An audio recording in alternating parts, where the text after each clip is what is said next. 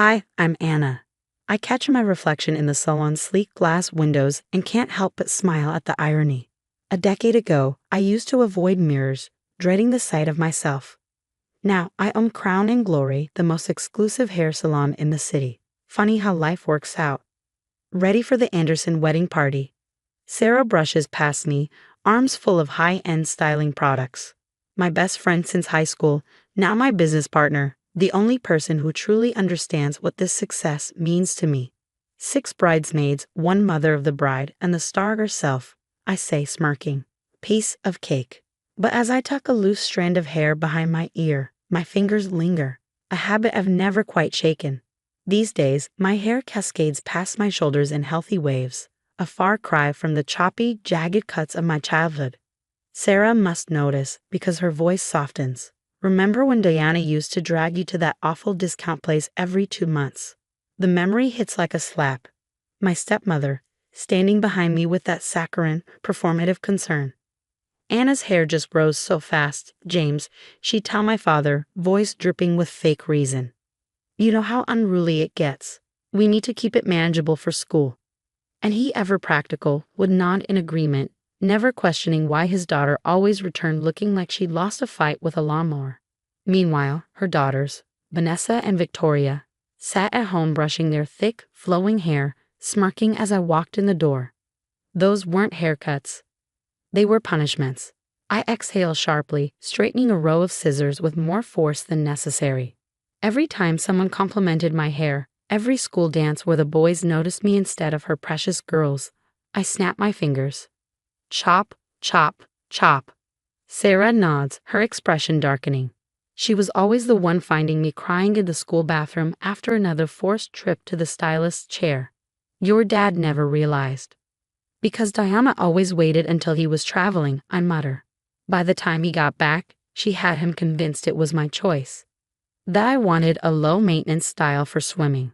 I remember those dinner table conversations, how Vanessa and Victoria would twirl their perfect locks while Diana beamed at me, congratulating me on being so mature for choosing practicality over vanity. The front door chimes, snapping me back to the present.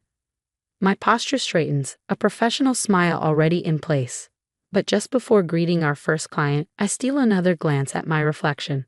The scared teenager with the butchered hair is gone. In her place stands a woman who built an empire from her pain, who took her stepmother's cruelty and forged it into something unstoppable. You know what the best part is? I murmur to Sarah as we head to our stations. She raises a brow. What?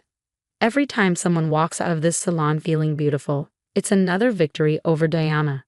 I flash a slow, satisfied smile. And trust me, there are plenty more victories to come. Sarah grins, catching the glint in my eye. Speaking of which, didn't Victoria just post about wanting a makeover for her wedding? Oh yes.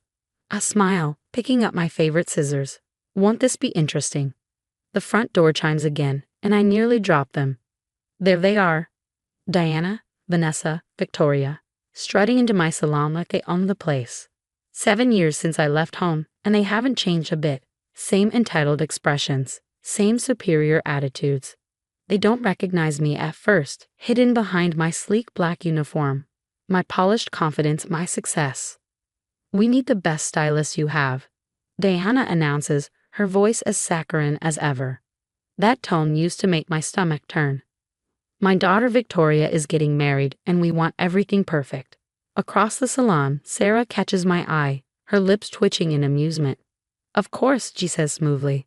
Let me get our owner. She personally handles all our VIP clients. I take my time walking over, watching as Victoria preens in the mirror while Vanessa absently flips through a magazine.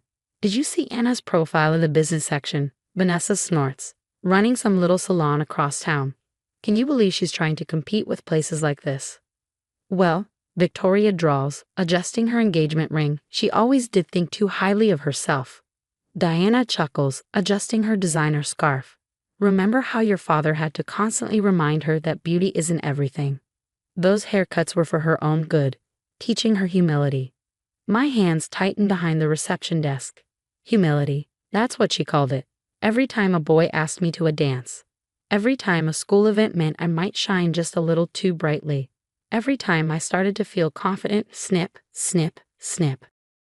Your stylist will be right with you, I say, stepping forward. Their laughter cuts off. Victoria's jaw drops. Diana's face twitches in horror. It's been a while, hasn't it? I say, my voice light, pleasant, professional. This is your salon. Victoria chokes out. Yes, I smile. Welcome to Crown and Glory, the most exclusive salon in the city. Sarah leans against the counter, arms crossed, enjoying the show.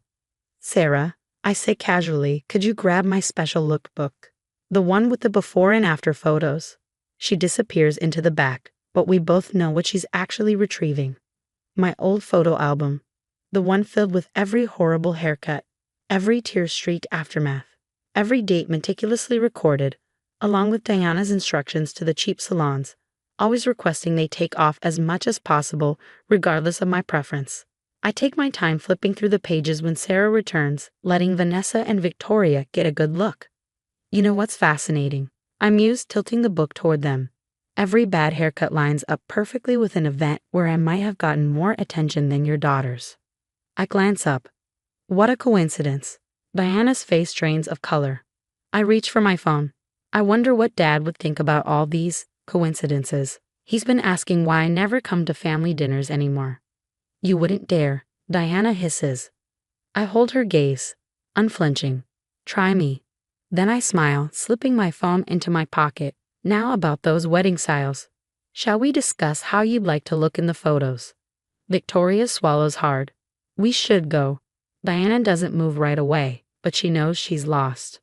Without another word, they turn and leave. But I'm not done yet. Within days, Vanessa and Victoria are posting cryptic warnings about unprofessional salons on their social media. Diana is whispering at her charity committee meetings about how some people just can't let go of the past. Pathetic. But I've spent years being silent, and I'm done.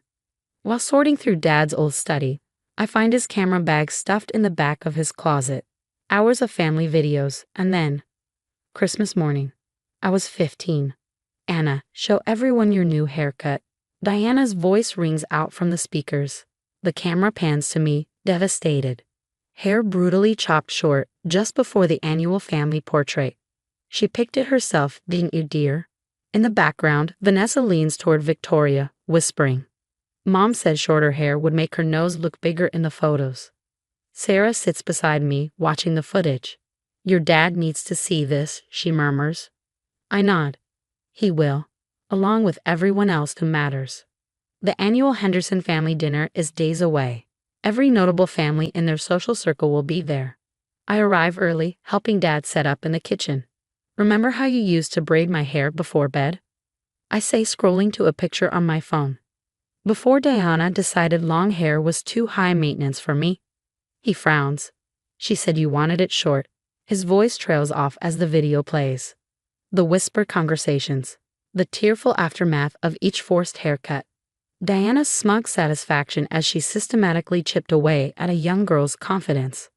Dad sinks into a chair, his face pale. My God. I never knew. I should have seen. But he didn't.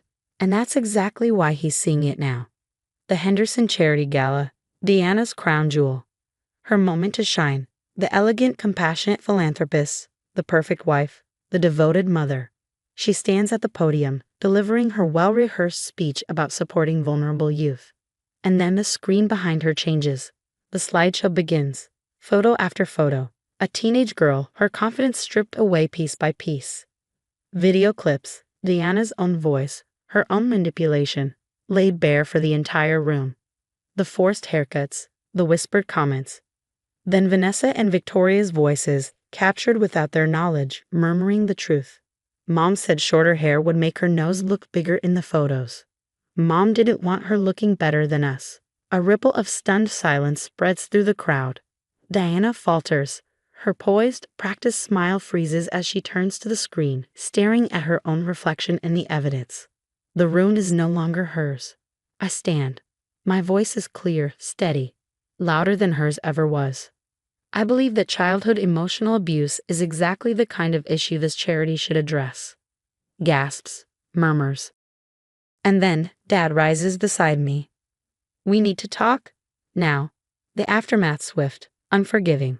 Diana's charity board position. Gone.